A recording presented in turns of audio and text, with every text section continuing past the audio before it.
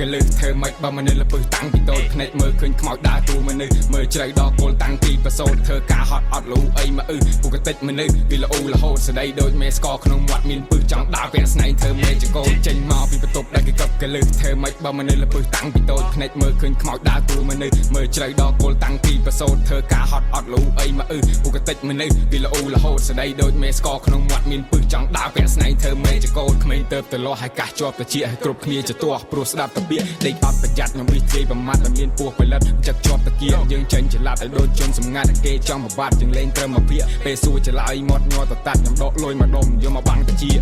តែប្រហាស់ដូចចាក់ប្រេងអិនតអ្នកពួកយើងដើរចូលទៅជ្រះបញ្ជីគ្នាយើងវាយយកបានជ័យជំនះវាយវិញដល់វគ្គលើជ័យលិភីក៏ត្រាចូលឈ្មោះពួកដែលជាប់ជាពាក់ដកហូតវាផ្ទះពិបាកឆ្អឹងជនីគេមានក៏កណ្ដាត់ចង់បបាយស្ទះតែវាមិនអាចកាច់ពិបាកលោយាធីមើលនឹងភ្នែកចៃគុំកលែងចៃចង់ទៅមើលទៅណានឹងដីគុំលេបពេលថាគឺធ្វើមិនបាច់ទៅត្រាប់អ្នកណាចម្លែកនៅក្នុងតកូលប៊ូស៊ូដូចគេថា keep my flame នៅក្នុងសូលហើយនាមតកូលជាកូនអ្នកតាភ្នែកទៅមើលនឹងភ្នែកចៃគុំកលែងចៃចង់ទៅមើលទៅណានេះពាក្យសំដីគុំលេបពេលថាគឺធ្វើមិនបាច់ទៅត្រាប់អ្នកណាក្មេងចម្លែកនៅក្នុងតកូលប៊ូស៊ូដូចពាក្យគេថា keep my flame នៅក្នុងសូលហើយនាមតកូលជាកូនអ្នកតា